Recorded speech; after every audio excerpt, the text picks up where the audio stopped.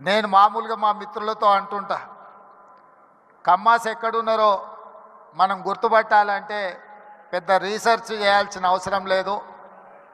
సారవంతమైన నేల, సమృద్ధిగా నీళ్ళు ఎక్కడ ఉంటాయో ఎత్తుకుతే అక్కడ తప్పకుండా కమ్మాస్ ఉంటారని చెప్పి, అది ఇవాళ కర్ణాటక అయినా, తమిళనాడు అయినా, తెలంగాణ అయినా, ఆంధ్రప్రదేశ్లో అయినా ఎక్కడ చూసినా సారవంతమైన నేలలుండి మంచి పంటలు పండించగలిగిన, మంచి పంటలు పండుతాయన్న భూమి ఉన్న ప్రతి దగ్గర కమ్మ సోదరులు అక్కడ ఉంటారు. వాళ్ళ ఆలోచన ఎప్పుడు కష్టపడాలి, పంటలు పండించాలి, 10 మందికి ఉపయోగపడాలి, 10 మందిని ఆదుకునే ఆలోచన చెయ్యాలి అనేదే ఆ సామాజిక వర్గ నేపథ్యం. అదేవిధంగా నాకున్న సంబంధాలు కానీ, లేకపోతే నాకున్న సన్నిహిత సంబంధాల గురించి నేను పెద్దగా చెప్పాల్సిన అవసరం లేదు. ఎందుకంటే నేను ఎక్కడున్నా నన్ను ఎట్లా అభిమానిస్తారో మిత్రుడు ఎరపతినేని శ్రీనివాసరావు గారు ఈ వేదిక మీద నుంచి మాట్లాడిన దాన్ని బట్టి, నేను ఎక్కడున్నా, ఏ వేదిక మీద ఉన్నా కమ్మ సామాజిక వర్గం నన్ను ఎంత అభిమానంతో చూసుకుంటుందో ఎరపతినేని శ్రీనివాసరావు గారి మాటలు వింటే మిగతా అందరికీ అర్థమవుతుంది. అదేవిధంగా సత్యవాణి గారు ఒక మాట అన్నారు. వారు మాట్లాడుతుంటే అనర్గళంగా ఏ పేపర్ చూడకుండా వారి ఉపన్యాసం వినాలి అని అనిపిస్తుంది అని. అది ఎక్కడి నుంచో కాదు, ఎన్టీఆర్ లైబ్రరీలో నేర్చుకున్న చదివే ఈరోజు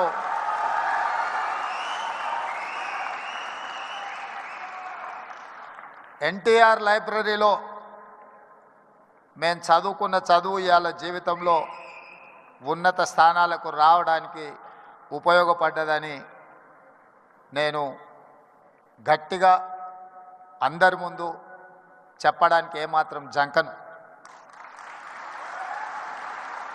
మనం వచ్చిన నేపథ్యం, మన రాణించిన తీరు, మనకు అవకాశం ఇచ్చిన వాళ్ళను తక్కువ చేసి మాట్లాడవలసిన అవసరం లేదు, చిన్న చేసి చూడడము పద్ధతి కాదు. అదేవిధంగా కమ్యూనిటీకి సంబంధించిన గొప్ప గొప్ప వ్యక్తుల గురించి, చరిత్ర గురించి మా మిత్రులు చాలామంది చెప్పారు. మిత్రుడు కుసుమ్ కుమార్ గారు ఎన్టీఆర్ కంటే ముందు 52 మంది కమ్మ సామాజిక వర్గం ఎమ్మెల్యేలు ఉండేవాళ్ళు అని అన్నారు. కానీ ఎన్టీఆర్ వచ్చిన తర్వాత ఎన్టీఆర్ ఒక బ్రాండ్ క్రియేట్ చేసింది. NTR is brand. NTR is brand for politics. NTR is brand for leadership. వారు ఇచ్చిన అవకాశాలతోని ఆ రాష్ట్రమైనా, ఈ రాష్ట్రమైనా, ఏ రాజకీయ పార్టీ అయినా ఈరోజు నాయకులు ఉన్నారు అని అంటే ఎన్టీఆర్ గారు ఆనాడు ఇచ్చిన అవకాశాలే. ఇవాళ ఇక్కడ ఆయనను అవమానించేటట్టు మాట్లాడిన వాళ్లకు అవకాశం ఇచ్చింది ఆయన్నే. ఇవాళ ఆయన గౌరవం ఉండాలి, ఆయన పేరును స్మరించుకోవాలని చెప్పేవాళ్ళు కూడా ఆయన ఇచ్చిన నాయకత్వంతో వచ్చినోళ్ళే. అది ఎన్టీఆర్ లోపము, ఎన్టీఆర్ తప్పు కాదు. ఎన్టీఆర్ అందరికీ అవకాశం ఇచ్చిండు. అవకాశం వచ్చిన వాళ్ళు ఒక్కొక్కరు ఒక్కొక్క రకంగా ఉండొచ్చు, అది వాళ్ళ యొక్క విజ్ఞత.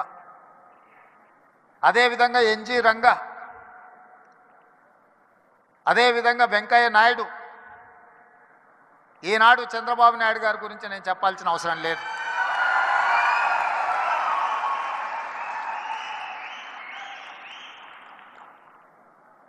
ఈ దేశంలో కాంగ్రెస్ పార్టీకి ఎదురే లేదు. బలమైన నాయకురాలుగా శ్రీమతి ఇందిరాగాంధీ గారిని ఎదుర్కొనే వాళ్ళే లేరు. అంత బలమైన నాయకత్వాన్ని అందిస్తున్నప్పుడు ఎన్టీ రామారావు గారు ప్రవేశపెట్టిన సంకీర్ణ రాజకీయాలే ఇవాళ దేశాన్ని ఏలుతున్న వాళ్లకు అవకాశాలు ఇచ్చినాయన్న సంగతి మరవకూడదు. రామ్మోహన్ రావు గారికి గుర్తుండి ఉండాలి,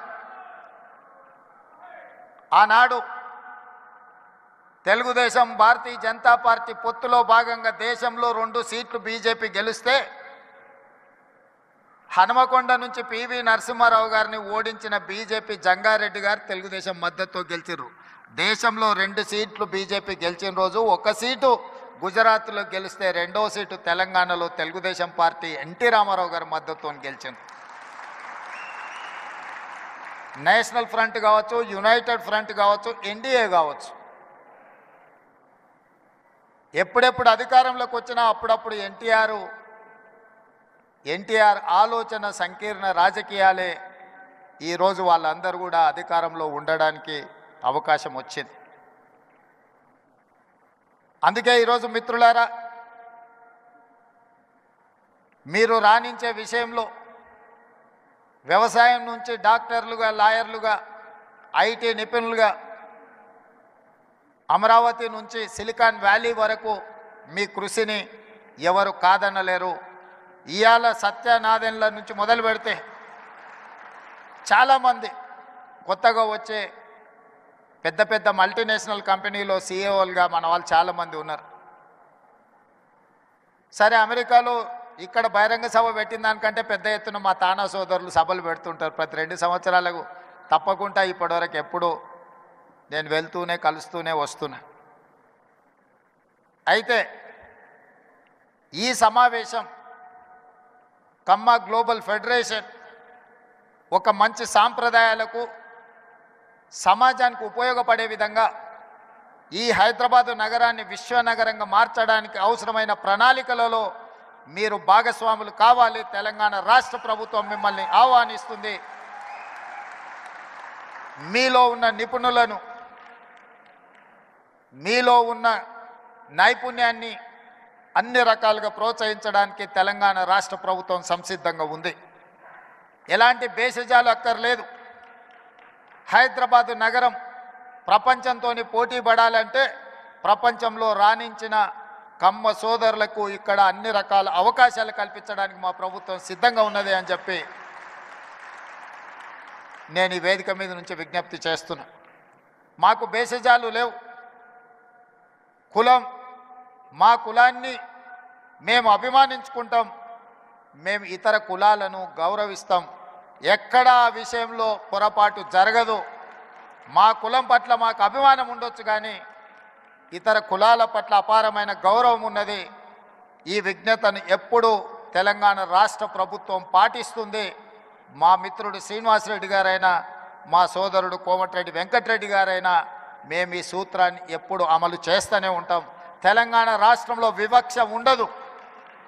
తెలంగాణ రాష్ట్రంలో మీ కష్టానికి గుర్తింపు ఉంటుంది, మీకు అవకాశాలు ఉంటాయి.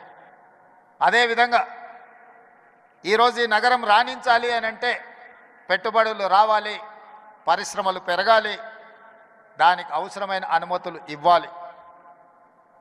ప్రపంచంలో నిరసన తెలపడం అనేది ప్రాథమిక హక్కు. పన్నులు కడుతున్న ప్రాంతంలో ఎవరైనా తమకు నచ్చనప్పుడు, తమకు నచ్చని కార్యక్రమాలు ప్రపంచంలో జరుగుతున్నప్పుడు నిరసన తెలపడం అనేది, నిరసన తెలపడానికి అవకాశం ఇవ్వడం అనేది ప్రభుత్వాల బాధ్యత. నాడు తెలంగాణ ఉద్యమం జరుగుతున్నప్పుడు తెలంగాణ పిల్లలు అమెరికాలో వైట్ హౌస్ ముందర కూడా నిరసన తెలిపిన, అమెరికాలో కూడా తెలంగాణ ఉద్యమం చేయడానికి అమెరికన్ ప్రభుత్వమే అనుమతి ఇచ్చినప్పుడు తెలంగాణ రాష్ట్రంలో కొంతమంది తమ నిరసన తెలపాలనుకున్నప్పుడు ప్రభుత్వాలు నిర్బంధించాలన్న ఆలోచన వాళ్ళ పతనానికి దారి తీసింది తప్ప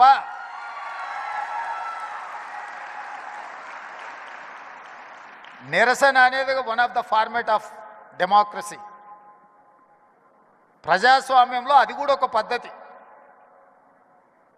ఆ పద్ధతిని మేము నియంత్రిస్తాం, నిర్బంధిస్తాము అని అంటే దాని ఫలితాలు ఎట్లుంటాయో డిసెంబర్ 3, 2023 నాడు చూసారు.